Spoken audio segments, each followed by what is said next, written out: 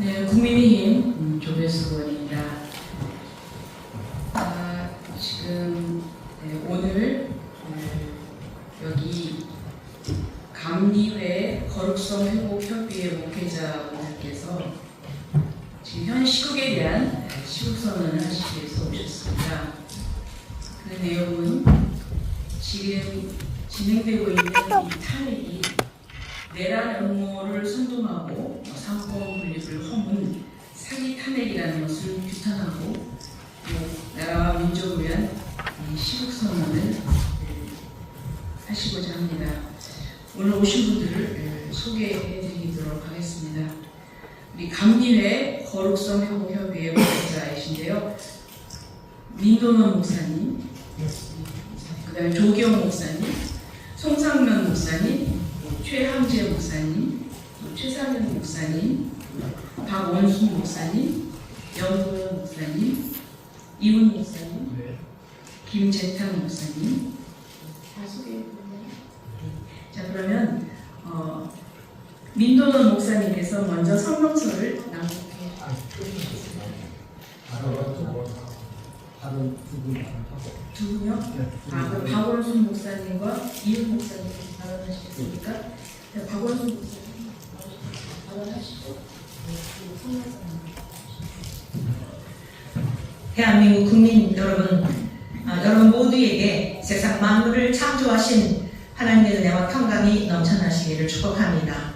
저는 기독교 대한감리회의 소속 원천교회를 담임으로 섬기고 있는 박웅순 목사라고 합니다. 여러분, 우리 대한민국이 어떻게 세워졌는지는 기본적으로 상식적으로 다 알 것이라고 생각합니다. 특히 유관순 열사 10대의 그 꽃다운 나이에 우리 자유민주주의 대한민국을 세우기 위하여 오늘 저와 여러분들이 누리고 있는 이 평화로운 삶을 물려주기 위하여 일제치하에서 모진 고통을 당하면서도 죽어가면서도 내 나라와 민족을 위해 바칠 목숨이 하나밖에 없는 것이 슬픔이라고, 그것이 소녀의 슬픔이라고 하며 세워진 우리 대한민국입니다.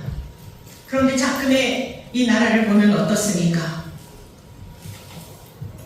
대통령의 탄핵은 불법입니다. 대통령은 하나님께서 세우심이 틀림없습니다. 그 이유는 하나님은 불의를 미워하시고 불법을 매우 싫어하시는 분이십니다. 윤석열 대통령을 하나님께서 세우실 때 저는 아직도 우리 대한민국을 버리지 않았다라고 하는 확신이 있었습니다. 대통령이 자녀가 있습니까? 권력과 명예와 재물을 모아서 물려줄 후손이 있습니까?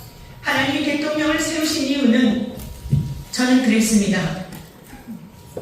위정자들의 타락과 사기와 기만과 술수와 거짓과 그러한 사람들이 정치에 권력을 잡고 휘두르는 모습을 보며 탄식하며 운 적이 한두 번이 아닙니다. 목사로서 대한민국의 성도들을 위해 기도하는, 우리 5,200만 국민들을 위해 이 길을 가고 있는 목사로서 이렇게 부정한 것이 불법이 판을 치는 이 시대를 보며 탄식하지 않을 수 없었습니다. 그러한 중에 정의를 사랑하고 공의를 사랑하는 대통령을 세우심에 분명한 하나님의 뜻과 섭리가 있음에 대한 것을 저는 확신하며 기뻐했습니다. 근본에 이 개혁 선포 역시 하나님께서 세우신 대통령을 통하여 처처에 썩어 악취가 나는 우리 대한민국을 바로 세우기 위하여 하나님께서 대통령의 마음을 감동하시어서 개혁을 선포하게 하셨고 잠들어 있었던 대한민국의 국민들을 깨우시는 이러한 놀라운 일을 행하고 있다고 저는 확신합니다. 헌법재판관, 재판위원들 여러분들께 부탁드립니다. 여러분의 임기 말년에 불과 한 자릿수 남겨놓은 임기를 앞두고 사람의 종으로 하지 마십시오. 여러분의 자녀들이, 여러분의 후손들이 사람의 눈치를 보는 판결로 인하여 볼모로 잡혀 이제 참으로 앞서간 숭불 역사들이 남겨준 자유민주주의 대한민국의 체제가 무너짐으로 그 이후에 가서 여러분이 슬피 울며 탄식하여도 의미가 없는 것입니다. 근본에 이제 며칠 앞두고 있을 것이라고 하는 이런 예측들이 있사온데 부디 부탁드리오니 대통령의 이 탄핵은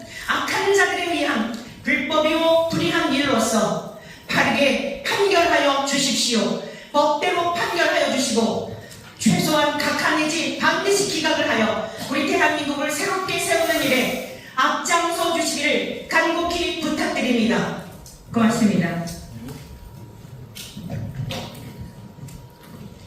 국민 여러분 반갑습니다. 저는 인천 넘치는교회를 다녀가고 있는 유 목사입니다.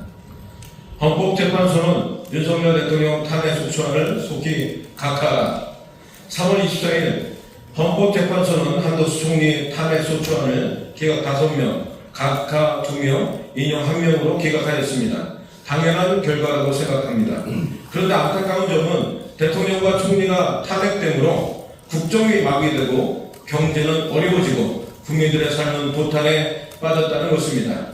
쟁점이 될 만한 사항도 없는데 탄핵 심의 결과 87일이 지나서 판결하고 또 총리가 돌아오게 된 것은 정치권의 무책임한 행동이라고 말할 수 있습니다. 국가를 생각하고 국민을 생각한다면 헌법재판소는 대통령 탄핵 소추안을 속히 각하해야 할 것입니다. 특별히 이번 탄핵 사태는 더불어민주당의 이기적인 무법행위로 말미암은 것이기에 속히 각하해야 될 것이라 생각됩니다.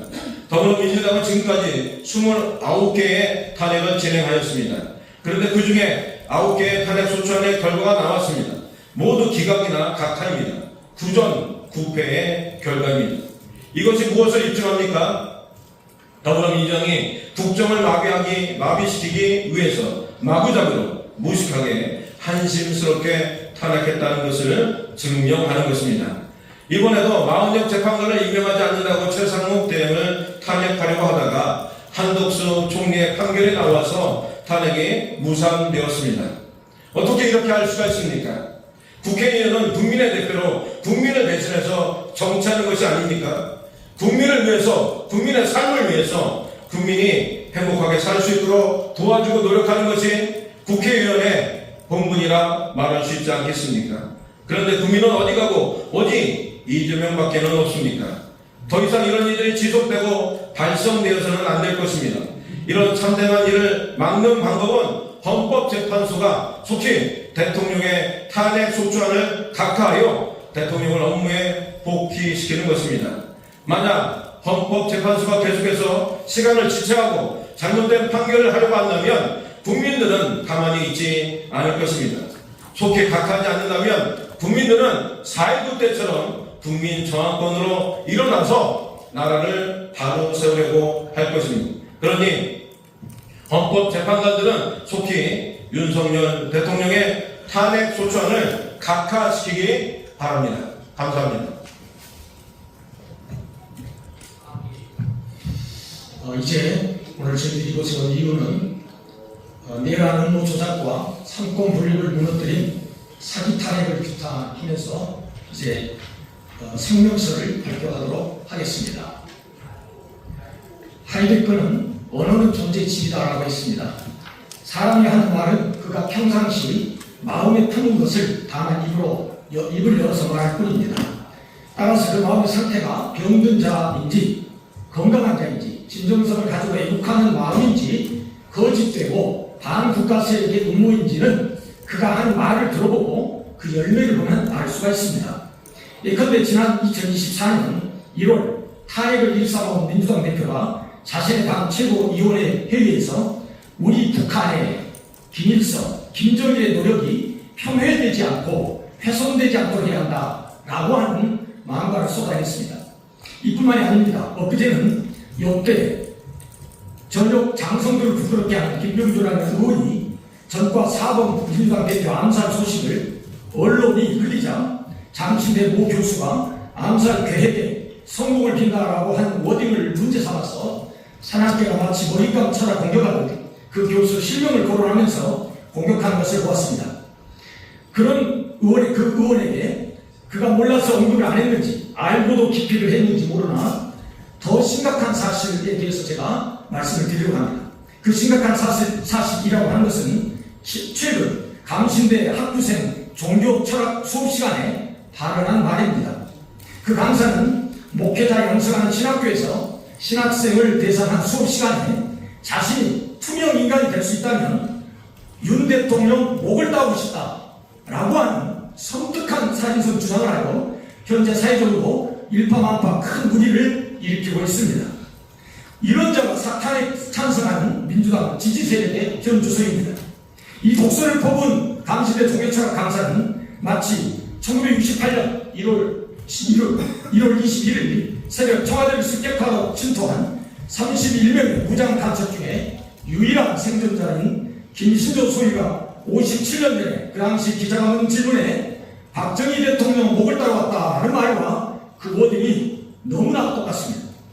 결국 그런 거대 야당은 대통령을 비롯 행정부, 사법부를 겨냥한 탄핵을 지금까지 무려 29번이나 계속해왔고 지금도 진행형입니다.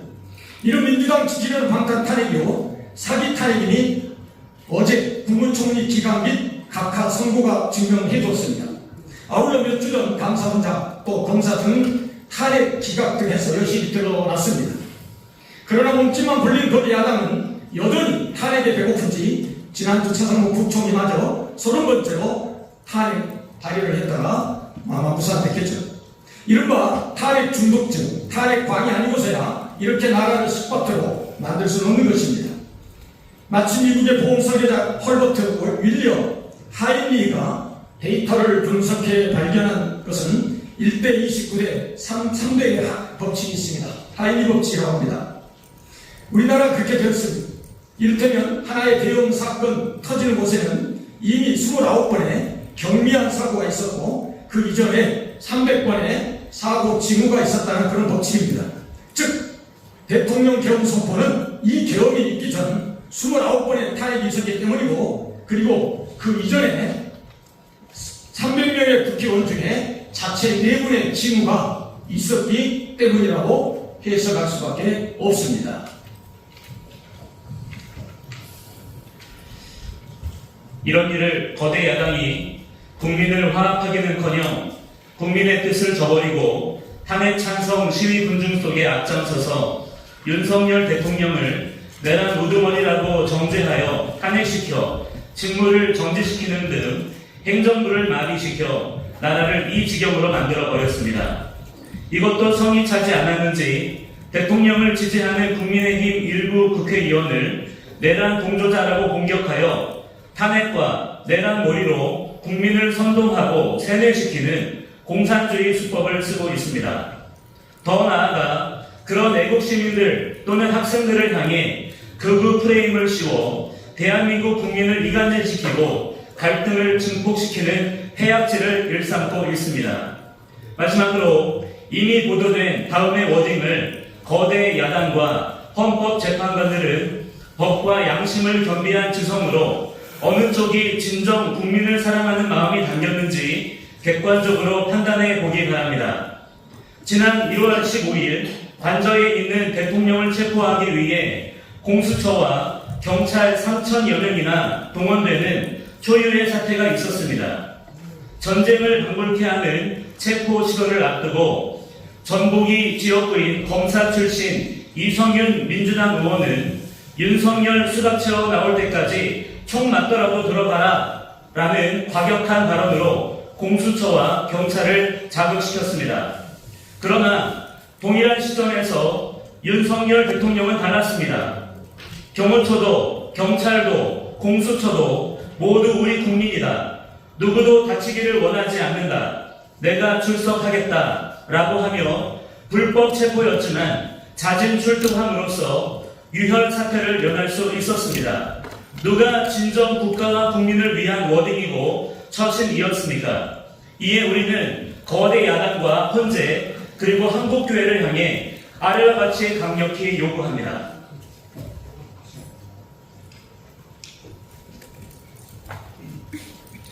하나, 개헌 전까지 거대 야당은 일방적인 횡포로 국정을 마비시켜왔다. 이에 나라를 위기에서 건지기 위해 대통령은 헌법에 부여한 고유 권한인 계엄을 선포했다.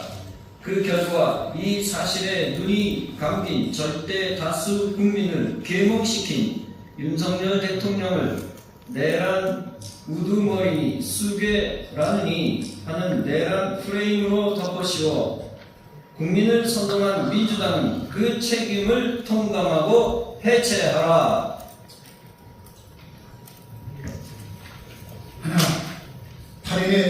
헌재 재판관들은 국민이 뽑은 대통령 탄핵에 부당함을 규탄하는 2030 세대를 비롯해 매일 거리에서 눈물로 나를 지키려는 절대 다수의 국민의 영혼을 소용하여 기각하라.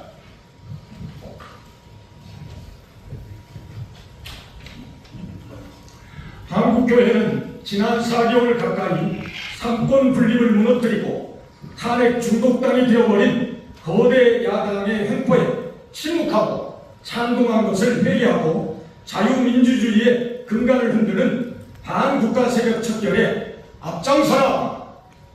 2025년 3월 25일 감리의 거룩성 회복협의회 목회자 일동 이상으로 시국상 성명서를 마치도록 하겠습니다. 감사합니다.